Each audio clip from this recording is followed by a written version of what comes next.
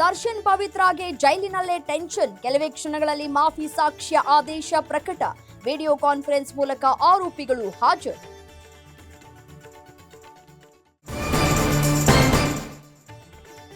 Bidadi township ವಿರುದ್ಧ 2ನೇ ದಿನ ಪಾದಯಾತ್ರೆ. ದಳಪತಿ ಹೋರಾಟಕ್ಕೆ ದೇವೇಗೌಡರ ಬೆಂಬಲ. ಸರ್ಕಾರದ ವಿರುದ್ಧ ಮಾಜಿ ಪ್ರಧಾನಿ ವಾಗ್ದಾಳಿ.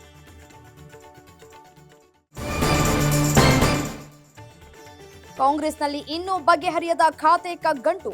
ಹೈಕಮಾಂಡ್ ಜೊತೆ ಸಭೆ ಮಾಡಿದ್ರೂ ಇನ್ನೂ ಸಸ್ಪೆನ್ಸ್. ಸಮಾಜ ಕಲ್ಯಾಣಕ್ಕೆ 3 ಮಿನಿಸ್ಟರ್ಗಳ ಪೈಪೋಟಿ.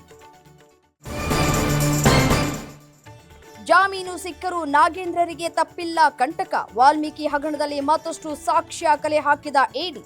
ಅಧಿವೇಶನದಲ್ಲಿ ಅಸ್ತ್ರ ಮಾಡಿಕೊಳ್ಳಲು ವಿಪಕ್ಷಗಳು ರೆಡಿ.